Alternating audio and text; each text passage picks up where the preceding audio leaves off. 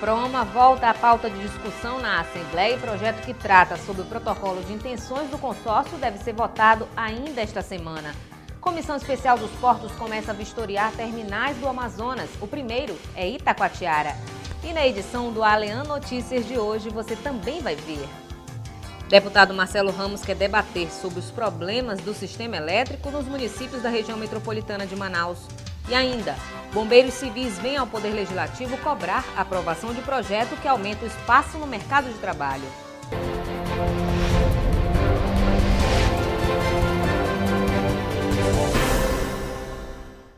Boa noite. A Assembleia Legislativa deve votar ainda esta semana a ratificação do protocolo de intenções do consórcio PROAMA entre o governo do estado e prefeitura, que define como o sistema será operado na capital. Hoje, uma audiência pública na Alean, proposta pelo deputado José Ricardo, reuniu autoridades do setor para o detalhamento do programa. O programa Água para Manaus é uma ação do governo do estado que pretende acabar com a falta de água na capital. Apesar de toda a estrutura já construída, o programa depende da ligação dos reservatórios com a rede de distribuição. Um consórcio público entre o governo do estado e a prefeitura de Manaus pretende dar um fim a esse problema, definindo as regras necessárias para que a água chegue de fato à população. Para se discutir os detalhes deste acordo, uma audiência pública foi realizada na Assembleia Legislativa.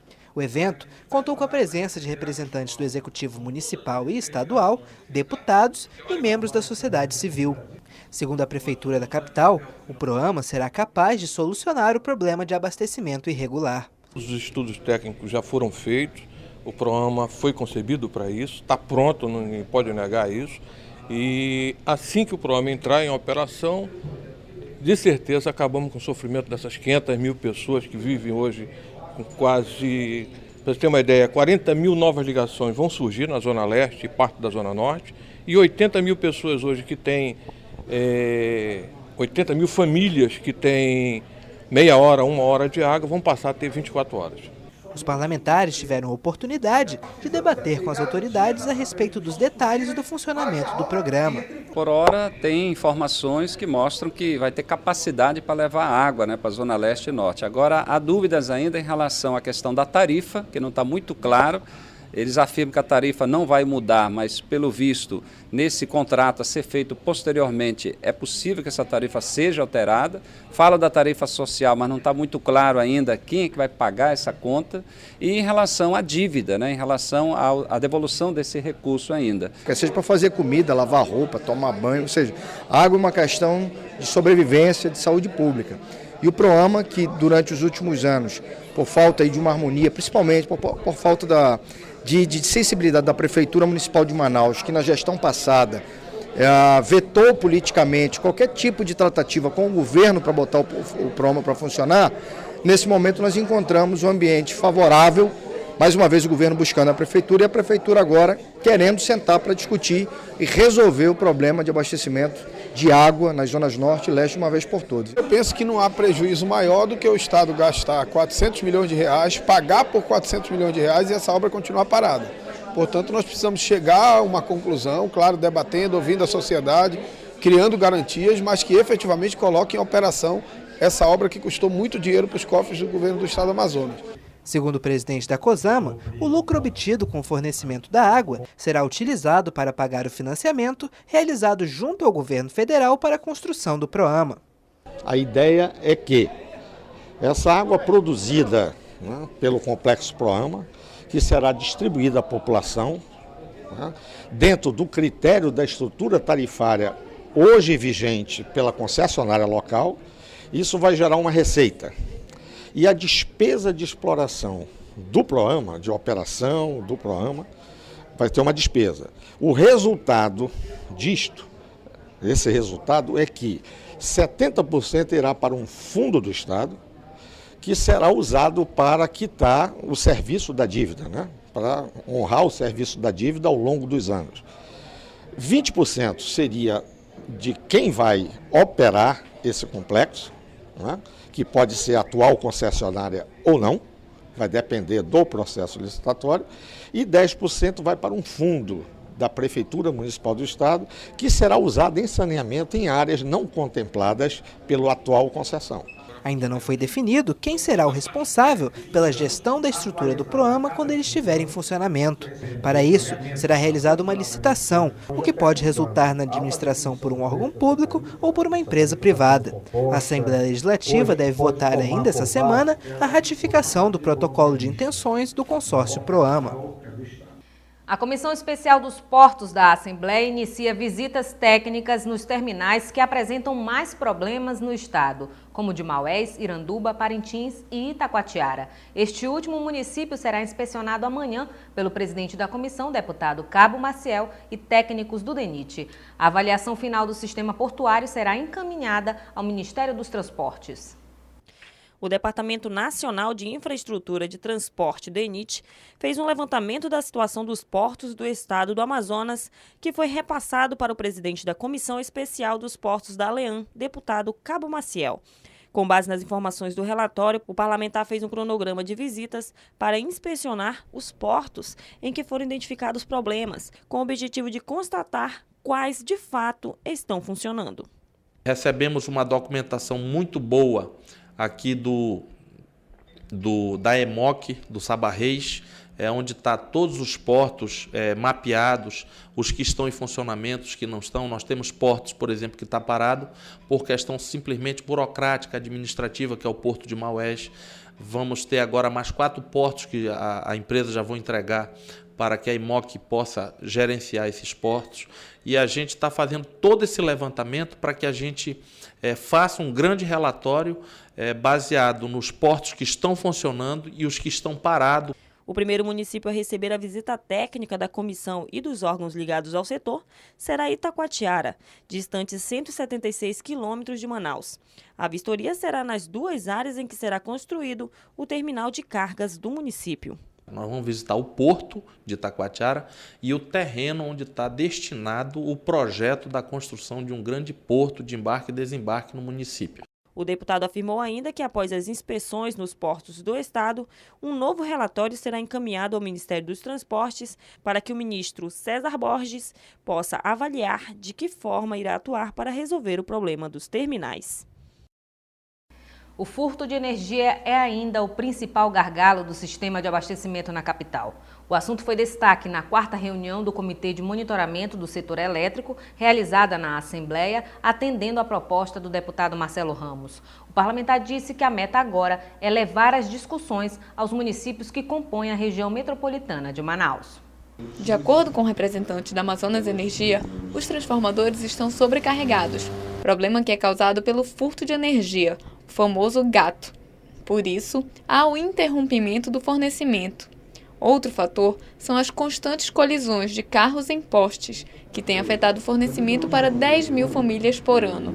Nós estamos trabalhando no sentido de fazer readequação de circuitos, substituir transformadores que estão em sobrecarga, e a população vai continuar percebendo as melhorias que nós estamos fazendo isso desde o ano de 2010. E agora, com a interligação do Sistema Nacional, ainda vai haver mais melhoria, mais confiabilidade no fornecimento de energia. Os abarroamentos de veículos contra os nossos postos, que é muito intenso em Manaus, nós temos algo em torno de 3 a 4 abarroamentos diários. São 120 abarroamentos por mês, são 1.440 por ano. Durante a reunião, também foi debatida a desativação dos PACs da Compensa e Alvorada. De acordo com a Amazonas Energia, os locais não ofereciam estrutura de atendimento aos deficientes físicos e banheiros adequados, o que levou a concessionária a ser multada pela Agência Nacional de Energia Elétrica. Com o relatório apresentado pela Amazonas Energia, que indica mais de 1.000 desligamentos de energia somente no mês de abril, o deputado Marcelo Ramos salientou que será possível acompanhar a cada mês o que a concessionária tem feito para solucionar o problema.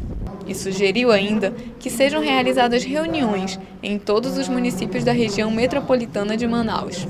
Uma reunião importante, pela primeira vez a empresa Amazonas Energia trouxe o relatório de desligamentos do mês de abril, um relatório que demonstra 1.513 desligamentos durante o mês de abril, mas também sinaliza que a grande maioria desses desligamentos não é motivado por problema de alimentação ou de geração de energia, e sim motivado por problemas nos transformadores, sobrecargas e outros problemas. Nós vamos acompanhar isso mês a mês para ver que medidas fazemos para diminuir esse número de desligamentos. Fora isso, há um problema antigo que diz respeito à suspensão do abastecimento de água, segundo a Manaus Ambiental, por problema de geração de energia, e nós estamos solicitando uma perícia que foi realizada num processo judicial que decide essa matéria, para ter clareza sobre efetivamente o que acontece. Os clientes da Amazonas Energia que estiverem enfrentando problemas no fornecimento de energia devem se dirigir à unidade da Rua 10 de Julho, 269A, Centro, Parques da Cidade Nova e São José, Shopping Secomis, ou ligar gratuitamente para 0800 701 3001. A medida provisória que reduziria o valor da conta de energia elétrica perderá a validade hoje, mas será incorporada em outra MP. E o governo federal liberou 86 milhões de reais para a construção de terminais hidroviários no Amazonas. Essas e outras notícias do cenário político nacional e local você confere agora no Bancada Parlamentar com a jornalista Adriana Araújo.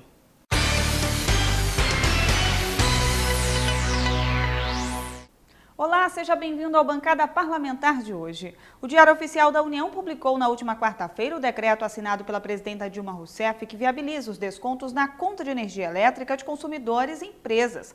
A medida provisória 605 de 2013, que reduziria o valor da conta, perderá validade hoje.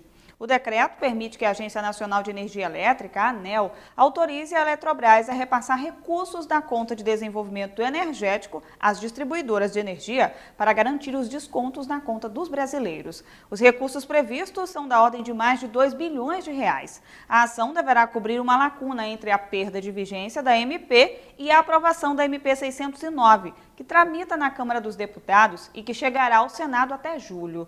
A base do governo anunciou que irá introduzir na MP 609, que desonera a cesta básica, os dispositivos da medida provisória 605, responsável por reduzir a conta de energia elétrica.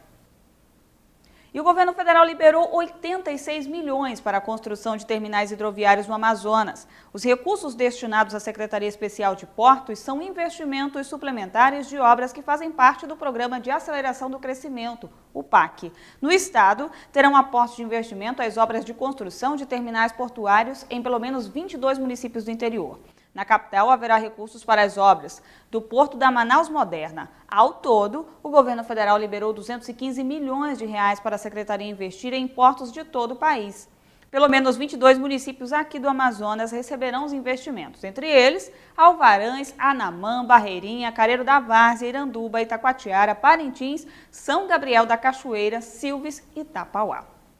E o deputado federal Carlos Souza apresentou uma proposta de emenda à Constituição que visa dificultar possíveis alterações em dispositivos que tratam sobre os benefícios da Zona Franca de Manaus.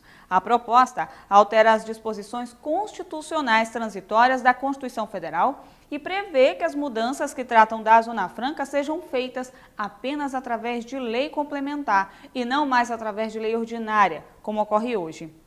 De acordo com o parlamentar, com a mudança serão necessários os votos favoráveis de 258 deputados para aprovar a proposta dessa natureza e não apenas o voto da maioria. Para o deputado Francisco Praciano, do PT, a proposta irá sofrer resistência dos parlamentares. Apesar disso, o deputado apoia o projeto. A proposta também ganhou o apoio do deputado Henrique Oliveira, do PR, e de mais 140 parlamentares federais. O Bancada Parlamentar de hoje fica por aqui. A gente volta a se encontrar na próxima semana com mais informações sobre o cenário político do Amazonas e também do Brasil. Eu espero você. Até lá.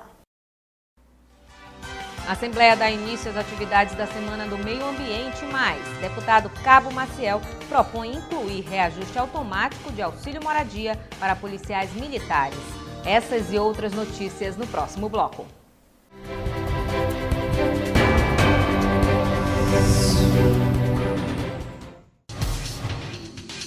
Quer saber mais sobre o que está acontecendo na Assembleia Legislativa? Acompanhe seu deputado também pelo site, onde você encontra a agenda de eventos, notícias do parlamento e muito mais. Acesse www.aleam.gov.br. Assembleia Legislativa, cuidando da nossa gente.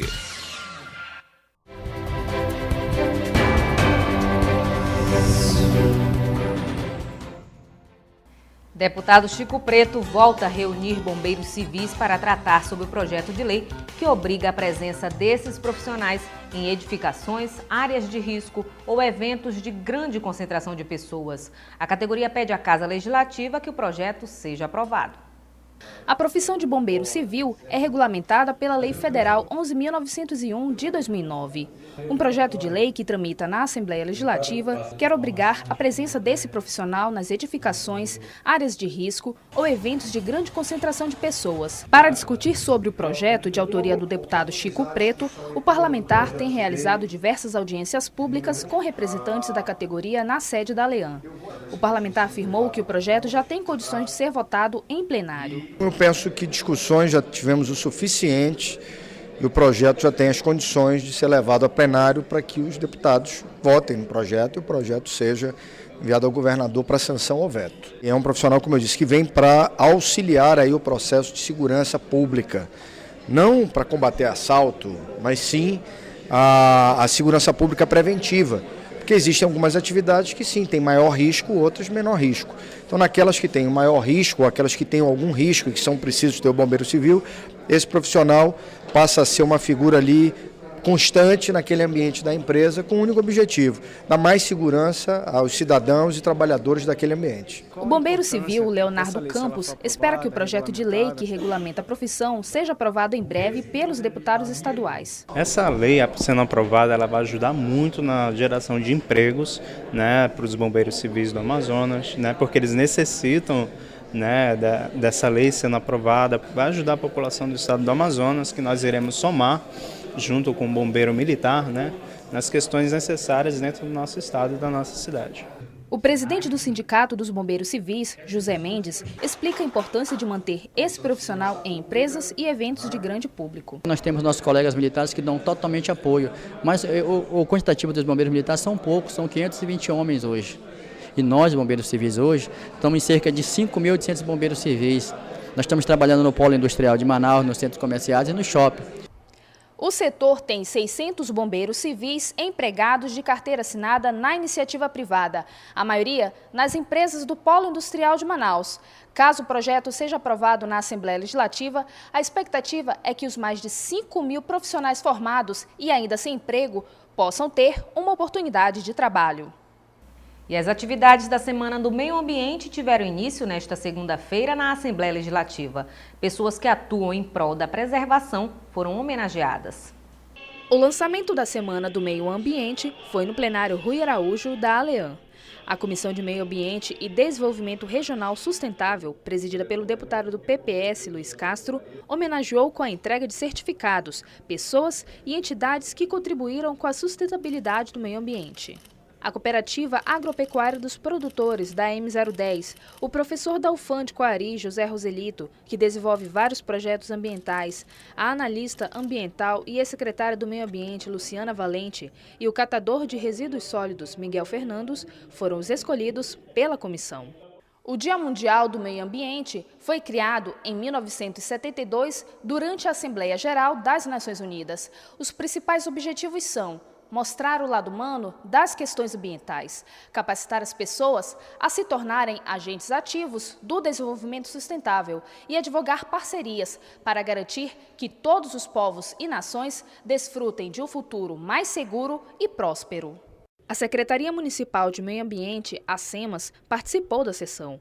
Para a titular da pasta, conscientizar a população sobre a importância da reciclagem é o maior desafio. Não basta a gente implantar parques urbanos, áreas protegidas, não basta a gente arborizar a cidade, a gente precisa que a população assuma as árvores que a gente planta, a gente precisa que a população se conscientize em respeitar o direito dos outros, pensar no bem coletivo. A gente tem muitos problemas com poluição sonora e isso se deve a uma falta, não é uma questão de educação ambiental, eu acho que é uma questão de educação doméstica. A gente precisa mudar a nossa postura e querer de verdade, junto com o poder público, ter uma cidade melhor, uma cidade mais sustentável, melhor para a gente viver.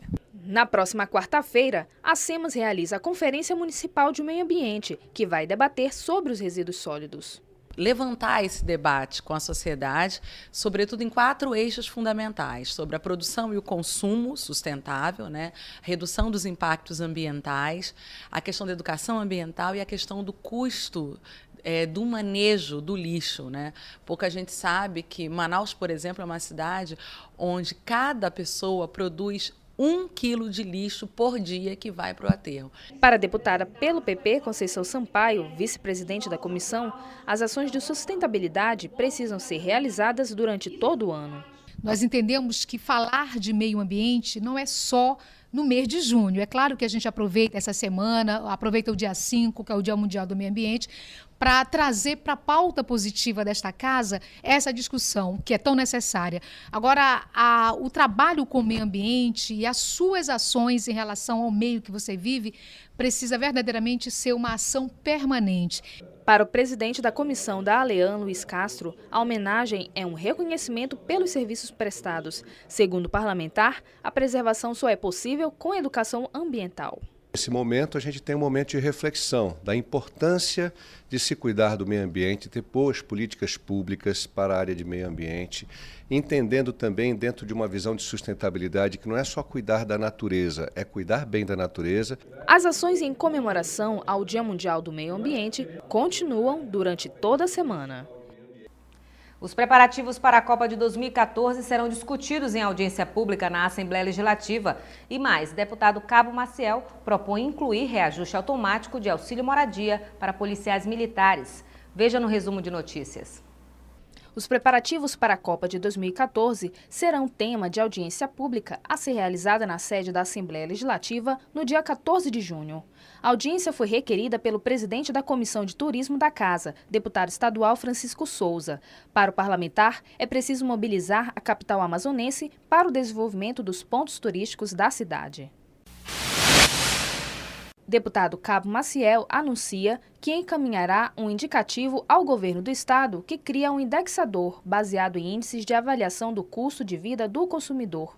De acordo com o parlamentar, o objetivo é evitar que os policiais e bombeiros militares que atuam no interior do Amazonas passem mais de 10 anos sem receber o reajuste do auxílio moradia. Deputado Sidney Leite aponta divergência entre CEMED e Censa sobre os dados de desnutrição em Manaus. Segundo o parlamentar, os índices da Secretaria Municipal de Saúde apontam que menos de 6% das crianças de até 7 anos estão desnutridas. No entanto, dados da Secretaria Municipal de Educação mostram uma realidade diferente, onde 42% estão abaixo do peso. Leite afirmou que irá solicitar o diagnóstico dos 2 órgãos a fim de desfazer a dúvida.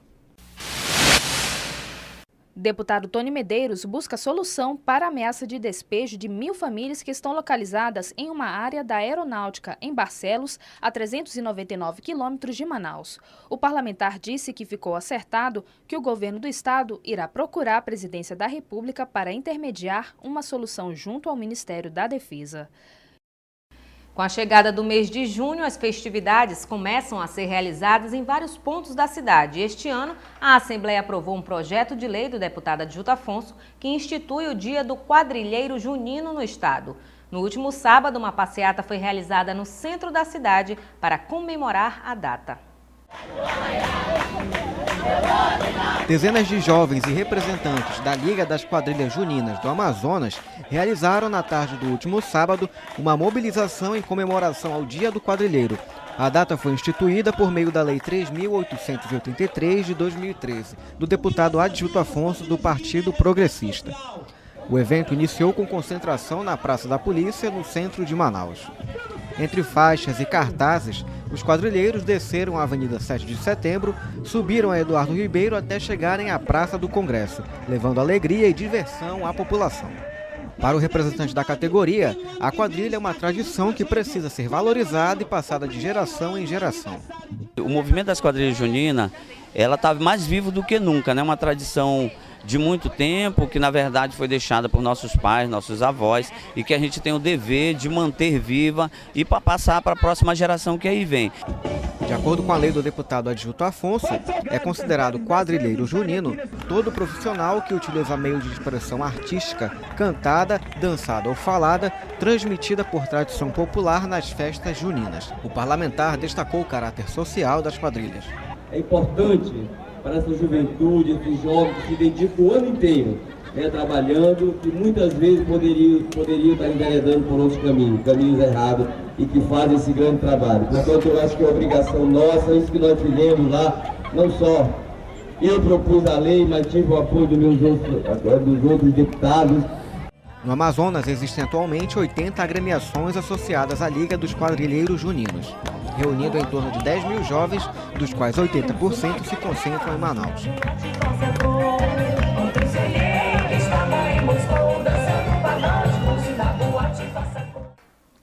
E vamos agora à nossa agenda parlamentar. Dia 4 de junho, presidente da Comissão dos Portos da Assembleia Legislativa do Amazonas, deputado Cabo Maciel, realiza visita de inspeção ao porto de Itacoatiara, acompanhado do superintendente do DENIT, às 10 horas da manhã. E ainda, deputados Marcelo Ramos e José Ricardo promovem audiência pública para debater a situação do transporte aquaviário no Amazonas, às 2 horas da tarde, no mini plenário Bete Azizi. Dia 6. Deputado José Ricardo, presidente da Comissão de Ciência e Tecnologia da ALEAN, realiza audiência pública para tratar sobre o papel do Centro de Biotecnologia da Amazônia, às 2 da tarde, no auditório Osias Monteiro, CBA, Distrito Industrial. E no mesmo dia, sessão especial em homenagem aos 350 anos dos Correios. O evento é de autoria do deputado Sinésio Campos e será realizado no plenário Rui Araújo, às 2 da tarde. Dia 7 de junho, deputada Conceição Sampaio promove sessão especial em comemoração ao Dia do Mestiço e do Caboclo. A sessão será às 9 horas da manhã, no mini plenário Cônego Azevedo. E nós ficamos por aqui. Para sugestões de reportagem, tvalean@alean.gov.br. E você acompanha esta edição do Ali Notícias amanhã no canal do Poder Legislativo no YouTube. É o canal Alean. Mais informações sobre a atuação parlamentar, acesse o site da Assembleia e nossas redes sociais. Uma ótima noite para você.